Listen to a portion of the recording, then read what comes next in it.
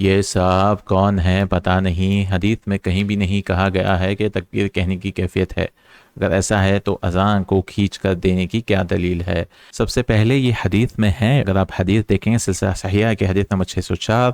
كان صلی اللہ علیہ وسلم اذا اراد ان يسجد كبر ثم يسجد، جب رسول اللہ صلی اللہ علیہ وسلم سجدہ کرنا چاہتے تھے تب تکبیر کہتے تھے پھر اٹھتے تھے، یعنی وہ اعمال کے درمیان ہی یہ کام ہونا چاہیے، اور کھینچنے کی کوئی دلیل نہیں مل رہی ہے ہمیں یہاں پر، کہ اس لیے شیخ الالبانی نے یہی کہا جو لوگ کھینچتے ہیں یہ خلاف سنت کام کرتے ہیں۔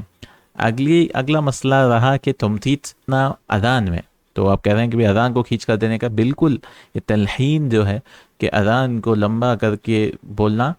اصل تو صحیح طریقہ یہ ہے کہ 2 منٹ کا طریقہ ہے کہ 2 حرکات تک کھینچنا چاہیے، زیادہ سے زیادہ تجوید کے حساب سے 6 حرکات تک انسان کھینچ سکتا ہے اذان میں۔ اور یہ شیخ البانی سے بھی پوچھا گیا تھا، انہوں نے کہا کہ ان سے کہا گیا کہ حرم نبوی میں بھی یہ کام ہوتا ہے کہ تلحین الاذان، تو انہوں نے کہا ما یجوز ابدا، یہ کبھی بھی جائز نہیں ہے، کیونکہ ابن عمر رضی اللہ عنہ سے ایک اثر ملتا ہے، ایک آدمی آتا ہے اور کہتا ہے انی احبک فی اللہ، کہ میں آپ کو اللہ کے لیے محبت کرتا ہوں، تو ابن عمر نے کہا کہ اما انا فابغضک فی اللہ، میں آپ کو جو ہے اللہ کے لیے بغض رکھتا ہوں، نفرت کرتا ہوں، کیوں؟ کیونکہ لأنک تلحن فی اذانک، کیونکہ آپ لحن کرتے ہیں اپنی اذان میں، فاللحن فی الاذان هو من باب التطریب، یہ تطریب ہے یعنی آواز کو گانے کی طرح اس طرح سے لمبا کرنا، یہ مکروہ عمل ہے اس کے لمبا کھینچنا۔ آپ کہیں گے کہ بھئی اذان کیسی ہے وہ، تو انشاءاللہ تعالی آپ ابھی سنیں گے۔ اللہ اکبر اللہ اکبر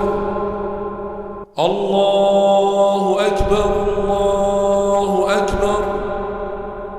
اشہد ان لا الہ الا اللہ اشہد ان محمد رسول اللہ حی علی الصلاة